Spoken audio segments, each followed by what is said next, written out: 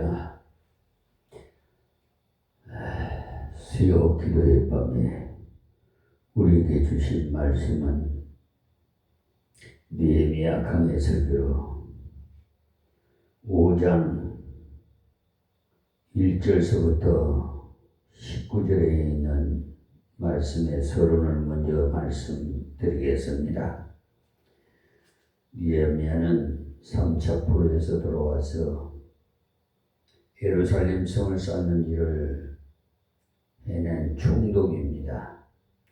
원래는 페르시아의 그 술 맡은 관원으로서 그 대왕에 측근해 있던 사람인데, 하나님의 도성인 예루살렘의 성벽이 무너지고 황폐되었다는 말을 듣고 너무 마음이 아파서 그 사실을 왕께 아뢰고 결국 하나님의 은혜로 왕의 허락을 받아서 그 일을 잘 진행했던 사람입니다. 앞서서 4장에서는 그 일을 하는 중에 산발락과 도비야와 같은 악한 자들이 일어나서 많은 방해를 했다고 말씀드렸죠. 그러나 이 느헤미야는 그런 방해를 보고 중단하지 않았습니다. 우리는 흔히 일을 해 가다가 조금만 방해가 있으면 이것이 하나님의 뜻이 아닌가 보다, 시기상조다, 천천히 해야 되는가 보다, 우리의 역량이 부족한가 보다, 이렇게 말을 하는 경우가 많은데, 그런 면에서 그것이 겸손인 줄로 생각합니다만, 그러나 그것은 겸손이 아니고 불신앙이, 우리가 하나님의 일을 할 때는 반드시 약간의 저항이 있다는 것을 알아야 돼요. 저 역시도 이곳에 임마누엘 교회를 25년 전에 성축할 때 얼마나 많은 저항들이 있었는지 스트레스가 받아서 이래서 목사님들이 성전을 성축하다가 그걸 못 견뎌서 하나님의 부르심으로 가셨구나, 그걸 생각을 해봤습니다. 마귀의 머리는 상했지만 아직 살아있어서 말이에요. 그래서 전도를 해도 저항을 느끼고 구제를 해도 잘한다고만 하지 않습니다. 약간 삐치는 사람이 나와요. 그것을 예상하고 있어야 돼요. 기도를 열심히 하면 아무개 권사님 기도를 참으로 열심히 하시네요, 너무 감사합니다 라고만 하는 것이 아니라 저 양반은 늘 교회에 와서 산다 살아 라고 하는 사람이 나와요. 그렇기 때문에 그런 말을 듣고 내가 너무 이래서는 안 된다라는 생각을 하면 마귀에게 속는 것입니다. 하나님의 일을 할 때는 그런 일들이 하나도 없다면 오히려 하나님 방식으로 하지 않고 적당하게 했던 것은 아닌지 살펴봐야 돼요. 정말 진실하게 했다면 반드시 그런 일이 일어나요. 우리는 그것을 잘 이해하고 있어야 합니다. 그게 우리를 더 돌아보게 하고 하나님을 더 의지하게 해서 더 기도하게 하지요. 느헤미야는요, 악한 자들이 저렇게 나오면 우리는 전쟁을 해 가면서라도 성을 쌓겠다라고 했어요. 그래서 한 손에 칼을 잡고 한 손에는 삽을 쥐고 일을 했어요. 물론 한 손에 창을 잡고 한 손에 삽을 잡고 일을 했던 것은 아닙니다. 창을 옆에 두고 일을 하다가 대적들이 쳐들어오면 바로 전쟁에 나가는 식으로 파수를 하면서 성을 쌓았다는 말이죠. 건설적인 일을 하면서 방어도 잘 해 나가겠다는 말입니다. 그래서 성 전체가 다 수보되어 갑니다. 높이가 절반 이상 올라갔어요. 그렇게 하나님의 은혜로 일이 잘 되어 가고 있었습니다. 그런데 이 5장 1절에서 말씀을 읽어보시면 또 문제가 일어나요. 그러니까 우리는 이 땅에서 항상 문제가 있다는 것을 알아야 돼요. 이 문제가 끝나고 나면은 저 문제가 일어나고, 저 문제가 끝나면은 또 이 문제가 일어나고, 그래야 깨어서 기도하지. 아무런 문제가 없고 평안하기만 하다면 기도하지 않아요. 우리에게는 옛사람의 그 성품이 남아있기 때문에,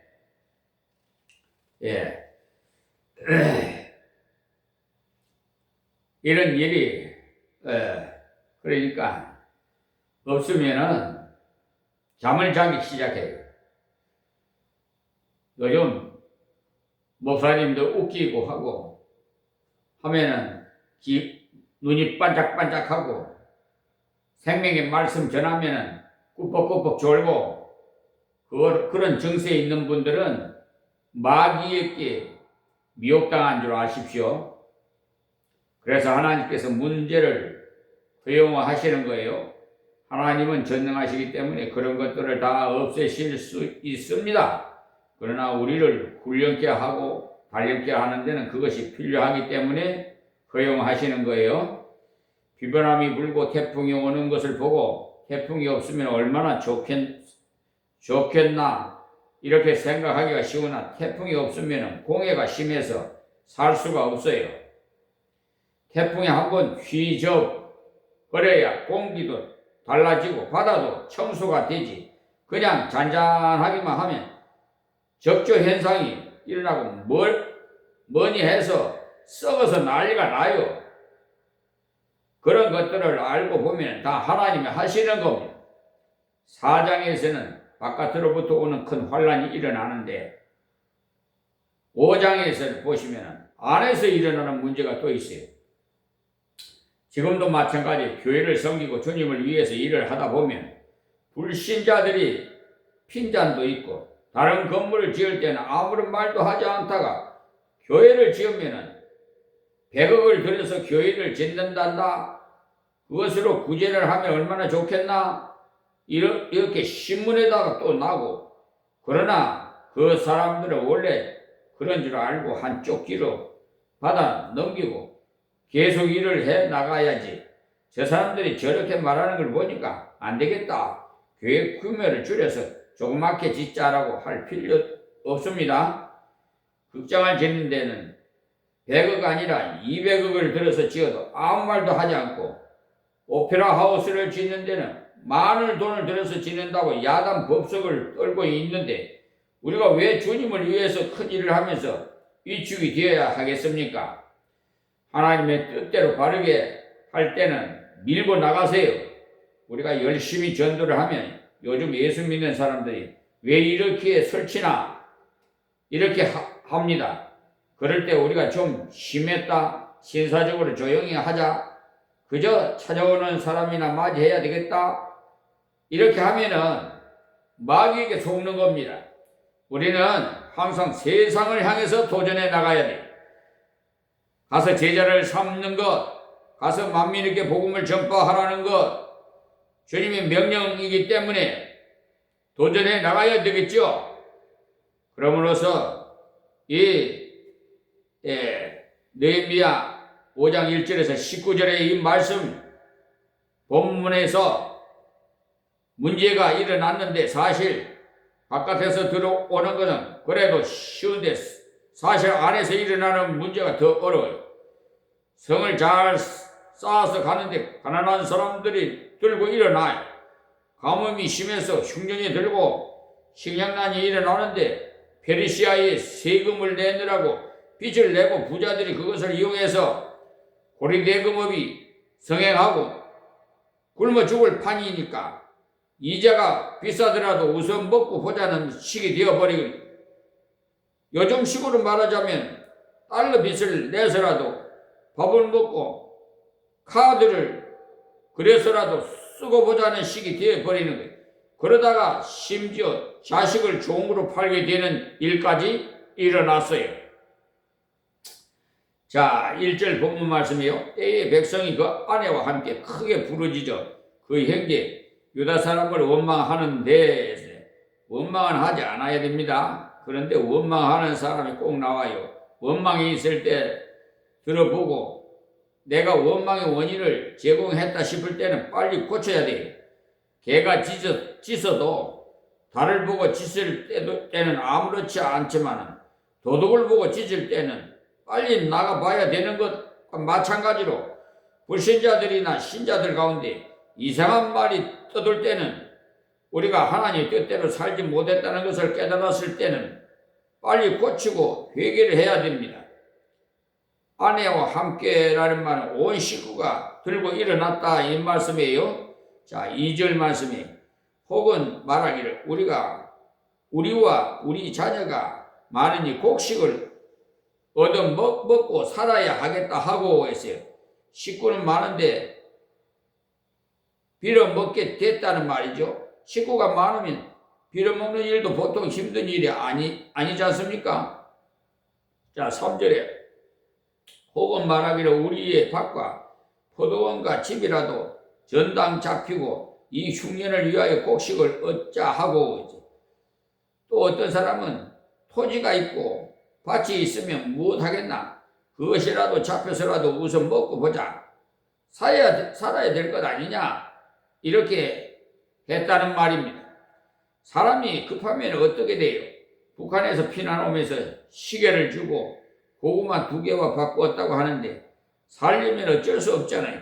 시계값이 고구마 2가마니 도 넘겠지만은 먹을 것이 없으니까 우선 살기 위해서라도 고구마 2개와 바꿔 먹을 수밖에 없게 되는 거죠. 다 4절 말씀이에요. 혹은 말하기를 우리는 밭과 포도원으로 돈을 빚내어 세금을 바쳤도다. 그래서 나라에서 내라고 하니까 내지 않을 수 없어서 밭을 잡히고 돈을 빌려서 세금까지 냈으니 이렇게 살아날 수 있겠느냐는 말이죠. 다음 5절에 우리 육체도 우리 형제의 육체와 같고 우리 자녀도 저희 자녀 같거늘 이제 우리 자녀를 종으로 파는도다. 우리 딸 중에 벌써 종된 자가 있으니 우리의 밭과 포도원이 이미 남의 것이 되었으니 속량할 힘이 없도다. 요즘도 입을 다 같은 입인데 누구는 무엇을 먹고 누구는 무엇을 먹어야 되겠나 그런 말을 하지 않습니까? 바로 그 이야기예요. 이제 우리 자녀를 종으로 파는도다. 이제 도저히 먹고 살 길이 없어서 자식을 종이라도 팔아서 종으로라도 팔아서 음식을 구해서 먹고 살아야 되겠다는 거죠. 우리 딸 중에 벌써 종된 자가 있으나 우리의 밭과 포도원이 이미 남의 것이 되었으니 속량할 힘이 없도다. 그러니까 딸들은 벌써 종으로 팔려가 버렸는데다. 밭과 포도원이 있으면 열심히 농사를 지어야 딸을 다시 찾아오겠는데 밭도 포도도 다 팔아버렸기 때문에 다시는 그 아이를 찾아올 길이 없다. 이렇게 탄식하는 겁니다. 옛날부터 여자는요 밭도 메고 거드렛 일도 잘 하니까 여자를 잘 팔아요. 지금도 국가적으로 가난을 매몰지 마는 것이 제일 문제라고 하지 않습니까? 부모는 가난했더라도 자식들은 정신을 차리고 열심히 일을 해서 가난에서 벗어나야 되겠는데 부잣집 아이는 계속 부자가 되고 가난한 집 아이는 계속 가난하게 된다면 나라가 굉장히 어려워집니다. 유럽 쪽의 복지를 잘한 나라들을 보시면요 아무리 가난한 집 자식이라도 공부만은 나라에서 다 시켜줘요. 대학원까지 모두 공부가 공짜예요. 대신 그 나라 사람들은 세금을 굉장히 많이 내요. 우리나라 세계에서 교육비가 제일 많이 드는 나라예요. 그래서 다들 얼마나 어렵게 살고 있습니까? 아이 하나 키우는데 너무 많은 돈이 들기 때문에 젊은 사람들 중에는 아이를 낳지 말거나 낳더라도 하나만 낳자는 추세에서 출산율이 세계 최저로 떨어져 어려운 상태에 놓여 있습니다. 이런 일은 옛날에도 있었고 앞으로도 있고 지금도 그렇고 그렇기 때문에 돈을 많이 번 사람들이 사회에 환원을 할 줄 알아야 돼. 그래서 학교도 짓고 나라도 다리도 놓고 선진국에는요 그런 일이 많아요. 상속을 많이 하지 못하도록 상속세를 엄청나게 이렇게 매기기 때문에 후손에게 재산을 상속을 하지 않고 학교를 짓고 다리를 놓아서 이름이라도 남겨놓으려고 하고 있어요. 하버드 대학교가 굉장히 유명한 학교가 아닙니까? 그 학교가 하버드라는 목사님이 $200를 가지고 만든 학교예요. 그분은 부자도 아닌데 적은 돈을 투자해서 좋은 학교를 만들려고 기도하다 보니까 많은 사람들이 동참을 해서 좋은 일을 하게 된 거죠. 원래 그 학교가 목사를 양성하는 학교였는데 지금은 다른 분야가 더욱 유명해지게 됐죠. 다른 많은 그 학교 이름들도 대부분이 사람이 이름이었습니다. 그렇기 때문에 우리 그리스도인들은 복을 많이 받아야 돼요. 돈을 많이 벌어서 좋은 일에 많이 써야 됩니다. 가난하고 고통받는 사람을 돌보는 일을 하나님 앞에 귀한 일이고, 그러므로서 느헤미야의 그 생활에 그 개혁의 일을 우리 이 말씀에서 키포인트가 되겠는데, 하나님을 바로 믿는다면 그렇게 살아서는 안 된다는 것을 깨우치는 겁니다. 나는 잘 먹고 잘 살면서 옆에서 굶어 죽어가는 사람을 돌아보지도 않는 것을 아주 잘못됐다는 것. 절대 빈곤자는 어떻게 하든지 도와주려고 애를 써야지, 절대 빈곤이라는 입고 먹는 것을 못하는 정도의 빈곤 상태를 말해요. 우리 대한민국도 정말 의료의 모든 행정이나 또 복지행정도 참 선진국 못지않게 잘 해나가고 있잖아요. 그 다 하나님의 은혜에 감사하시기 바랍니다. 이 일은 사람이 해도요, 하나님의 그 역사가 없으면 그렇게 이루어질 수가 없어요. 그래서 이 사람 저 사람을 원망에 민심이 흉흉하고 이럴 때는 하나님께서 어떻게 하라고 했는가, 성경을 먼저 찾아보세요. 내 동족이 비난하게 되어 빈손으로 내 곁에 있거든 너는 그를 도와 객이나 우고하는 자처럼 너와 함께 생활하게 하되라고 레위기 25장 35절에 먹을 것은 없는 동족이 옆에 있거들랑 그를 도와주되 손님처럼 우고하는 자처럼 함께 생활하게 하라고 했어요. 너는 그에게 이삭을 취하지 말고 네 하나님을 경외하며 네 형제를 너와 함께 생활하게 할 것인즉, 레위기 25장 36절 말씀이 성경적으로 볼 때는 돈을 그냥 주는 건 별로 바람직하지 않습니다. 돈을 빌려줬으면 받아야 그 사람이 노력을 합니다. 미국에서 어떤 분이 어려운 중에 누군가가 장학금을 대주어서 학교를 졸업했어요. 우리나라에도 저 문영배 헌법재판소에 지금은 은퇴하셨지만 그 경남 하동에 그 어느 분이 그 도와주셔서 공부를 그 하신 분인데, 하여튼 그 은혜를 그분을 잊지 않고 있는 것 같아요.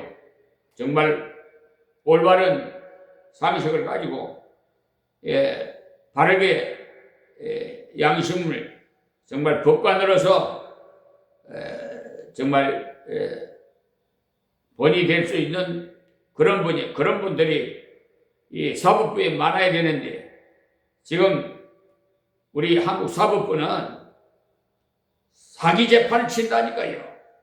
아주 부패하고 썩은 냄새들이 너무 많아요. 서울중앙지방법원, 항소법원, 대법원 할 것 없이 하여튼 지금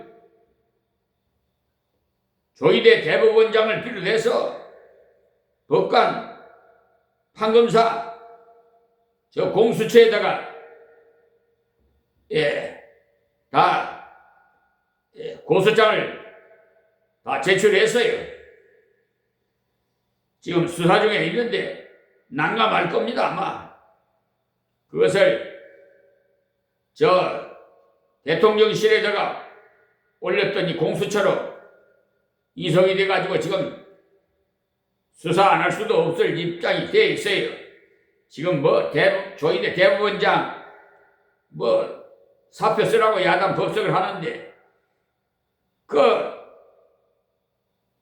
그분은요 법관 징계 청구서를 올리는 왜 직무유기를 해요? 그 60일 내에 한 달 또 연기하면 90일인데 90일이 넘어 뭐 100일이 넘어도 자기 집안 감사기 대법관들 징계 대상이 되니까 안 하는 거예요.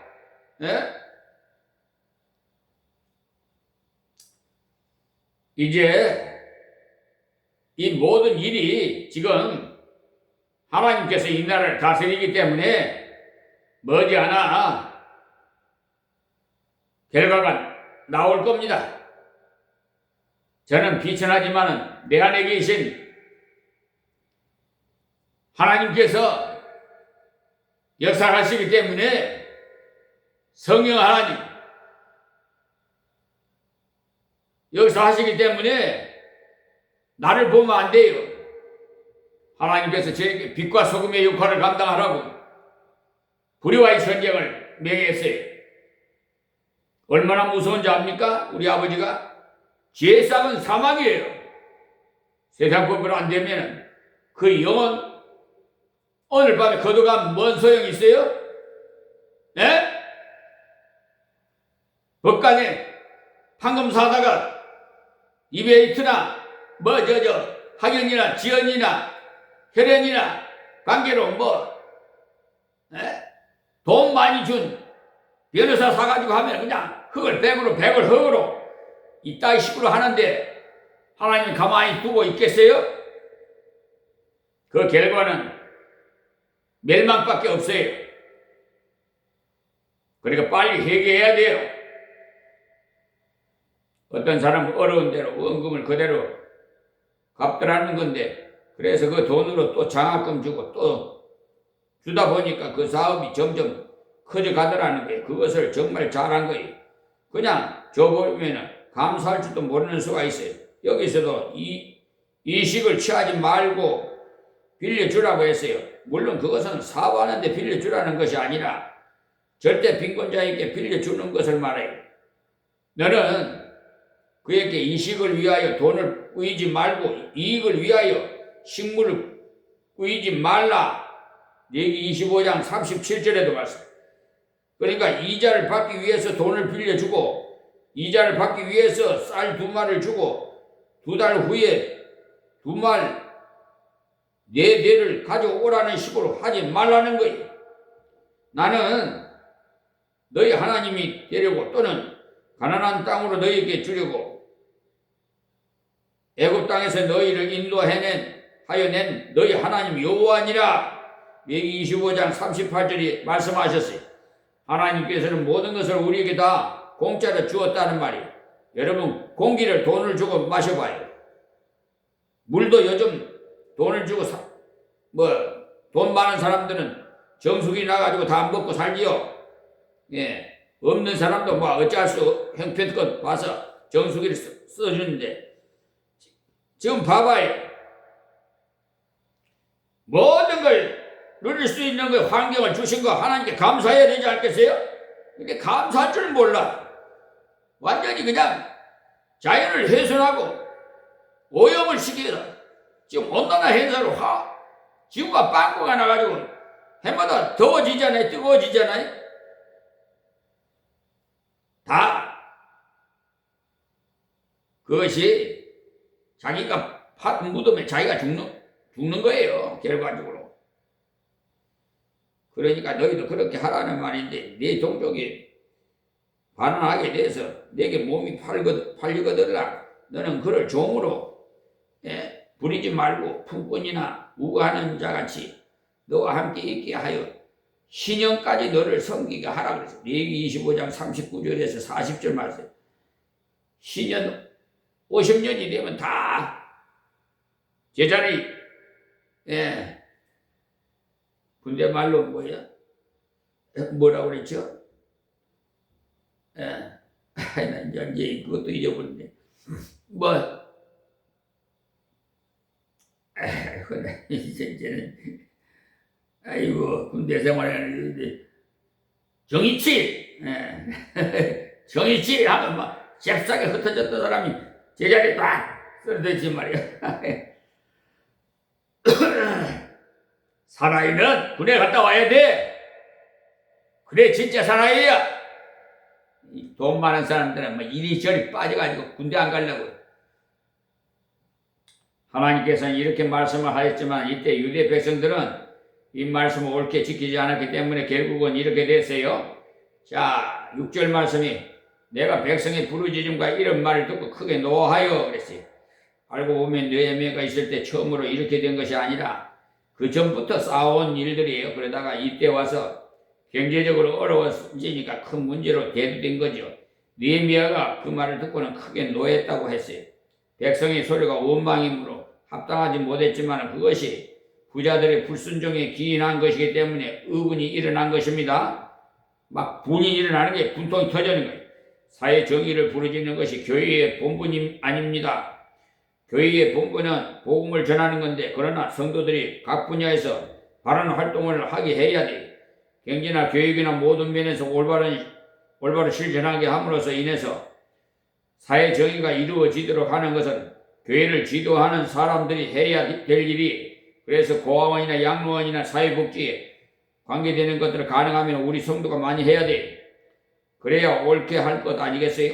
기독교 중에서도 이 일을 제일 열심히 하는 교파가 구세군 자선 낭비를 여러분들 보셨지요? 윌리엄 부스라는 구세군을 창시했던 목사님이 영국 런던의 빈민들이 너무 많은 것을 보고 가난과 누추와 비참함을 마귀에게서 왔다고 느끼고는 구제와 복음을 함께 전하는 구세군을 일으켰어요. 그 일을 하되 군대식으로 한다고 해가지고 구세군이라고 하게 된 겁니다. 그래서 구세군에서는 목사님이 장교입니다. 물론 좋은 점도 있지만 어려운 점도 있어요. 공산주의 속으로 쉽게 들어갈 수도 없습니다. 군대 조직이라고 오해를 해서 위험하게 보고 못 들어오게 하기 때문에. 그러나 우리는 그들에게서 좋은 점을 배워야 돼요. 그분들은 12월 달만 되면 남비를 걸어놓고 모금을 하지 않습니까? 자기들이 구제를 할 뿐만 아니라 구제하는 분위기를 만드는 거예요. 상당히 좋은 역할을 합니다. 작년과 재작년에 초과 달성을 했다고 하는데 이상한 것은 어려울 때는 오히려 더 많이 모금이 된다고 해요. 가난하고 어려운 사람들이 더 생각하게 된다. 그래서 배고픈 사람이 배고픈 심정을 알아요. 흙수저가 흙수저 심정을 알지 금수저가 흙수저 심정 몰라요. 더 어려운 사람을 생각하게 돼요. 그래서 자 7절 말씀의 중심에 계획하고 기인과 민장을 꾸짖어 이르기를 너희가 각기 형제에게 치리를 하는도다 하고 대를 열고 저희를 쳐서 그랬어요. 그러니까 나라를 그대로 두어서는 안 되겠다고 생각하고 하나님께 기도하고 귀인들과 민장들을 불렀어요.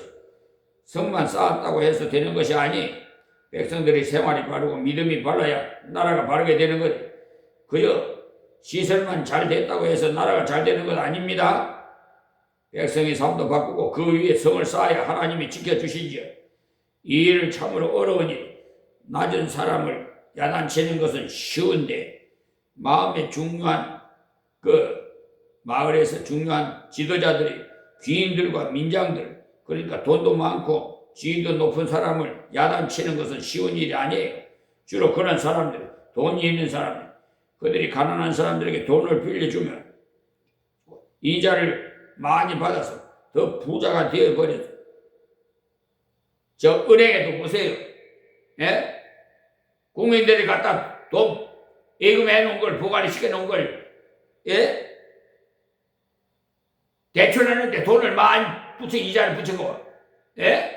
맡긴 사람에게 이자를 조금 주고 그래가지고 지금 은행에 얼마나 그 잘못된 거예요. 그거 확 뜯어 고쳐야 돼. 그거. 우리 이재명 대통령께서도 아마 관심이 있을 것 같아요. 원래 가난한 나라에 가면은 부자는 엄청난 부자로 살고 가난한 사람은 형편없이 가난하게 살아요. 자, 이 8절에요. 이르기를 우리는 이방인의 손에 팔린 우리 형제 유다 사람들을 우리의 힘을 다하여 속량하였거늘 너희는 너희 형제를 팔고자 하느냐? 더구나 우리의 손에 팔리게 하겠느냐? 하며 저희가 잠잠하여 말이 없기로 너희에 미안하여 바빌론 땅에 있으면서도 고통받는 사람을 돈을 주고 사주기도 하고 돌아와서도 그런 일을 하는데 앞장섰어요. 너희는 너희 형제를 팔고자 하느냐? 더구나 우리의 손에 팔리게 하겠느냐? 하며 유대인들 거에 종으로 사고 파는 일을 있을 수 없다는 것 말이에요. 저희가 잠잠하여 말이 없기로 그랬어요. 그러니까 느헤미야의 말을 들어보니까 딱 맞는 말이거든요. 그래요. 진리에 합한 말을 할 때는 담대하게 증거하면 하나님께서 그때 사람의 마음을 움직여요. 제가 저 서울중앙지법은 그 항소심에서 판사 세 사람이 판사를 하는데 손해배상 정의 사기 재판을 하는 거예요. 그래서 어물쩍 넘어가려고 그랬어요. 판사님 할 말씀이 있는데요. 그때 해보시라고 그랬어요. 왜 사기 재판 칩니까? 제가 처음에는 톤을 좀 높여서 낮춰서 했습니다만 나중에는 그냥 높여서 호통을 쳤어요. 왜 사기 재판 치냐고? 그랬더니 그냥 방청객이 그냥 깜짝 놀라서 다 듣고 판사들은 딱 고개를 푹 숙이고 왜 그냐면 양심들은 다 있거든요. 오늘 여기서 말씀드리겠습니다. 하나님 고맙고 감사합니다. 주신 말씀 중에 싸우니 하나님 귀 있는 자는 다 듣고 복되게 하옵시고 이 사회가 정말 평등하고 정의롭고 자유로운 이 나라가 될 수 있도록 사법부가 중심이 되어서 성찰하고 바르게 기관과 질서를 바로잡는데 전념을 다하도록 하나님 역사해 주시옵시고 불의한 자들은 엄히 다스려 주셔서 공직에서 제거시키고 오염되지 않도록 하나님 정직한 자들을 다 공직자로 세워 주시옵소서. 예수님의 이름으로 기도합니다. 아멘.